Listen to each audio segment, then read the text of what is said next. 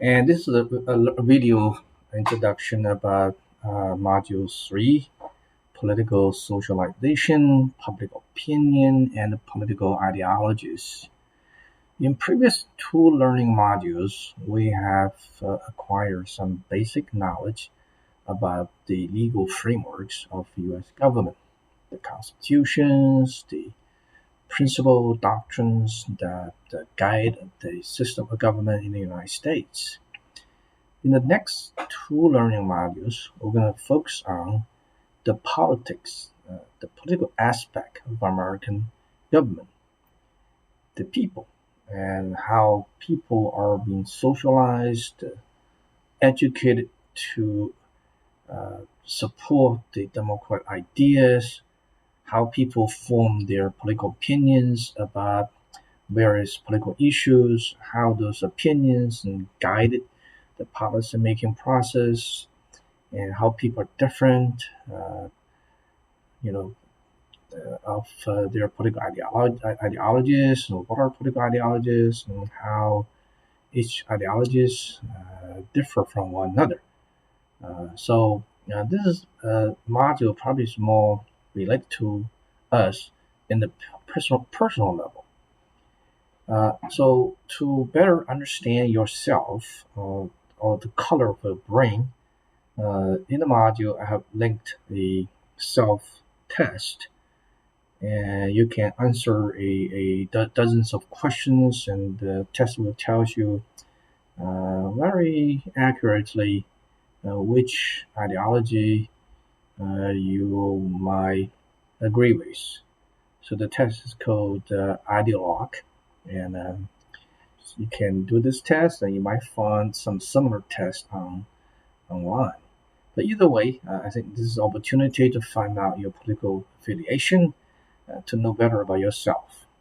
Okay, so in this learning module, we're going to look at the political socialization to define what it is, how we learn to become an educated, informed citizens. How do you think? You don't born, you're not born to be a liberal conservative, and it is the nurturing from your parents, from your social family background, the churches, and the schools you're going to that gradually colors your brains. So to find out those environmental factors, you can really understand better about yourself. Why you become a conservative, where your peers or friends become liberals.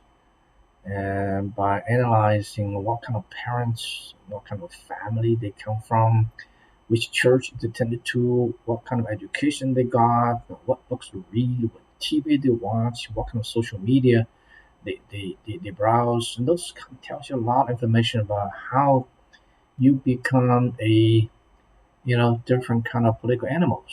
And so that's the words from Aristotle. We're all political animals, but the fact is we're not a liberal or conservative by nature.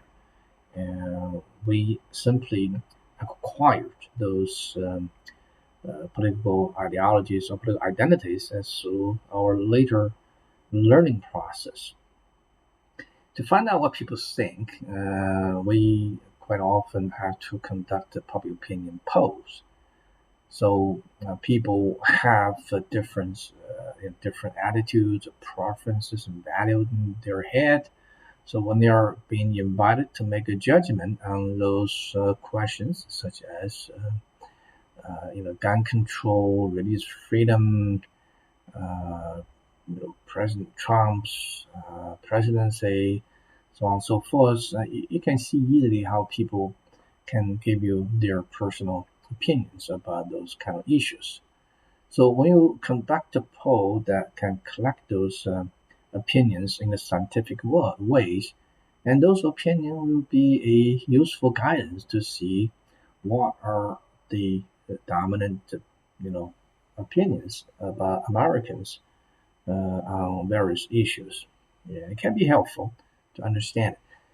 So we'll in this module we'll introduce the very briefly the scientific random sampling methods to collect public opinions.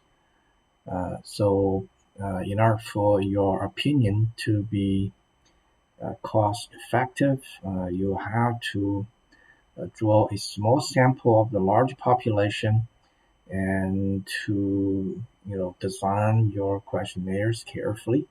Make sure they are not biased. To make sure people don't have a difficult answer your questions. And then you tally and you use the statistic methods to analyze those data. But no matter how hard you try, your poll, your survey will have some kind of a sampling errors. So the margin error is typical, but the smaller the margin error, the better the poll will become. And finally, we're going to look at the public ideologies. So we'll analyze four kinds of the dominant public ideologies in the United States, including liberals, conservative, libertarian, and a populist. And you probably hear about those terminologies before. You see people use those labels all the time. Uh, exactly what do they want? How they differ from one another. So this is a chance to really to have a good ideas about how people differ from another. Okay, so I hope you do the self-test and then read sign the books. So it's a fun chapter. It's not going to be very difficult, and I think you can relate to yourself very easily for different things you have learned in this learning module. All right, and that helped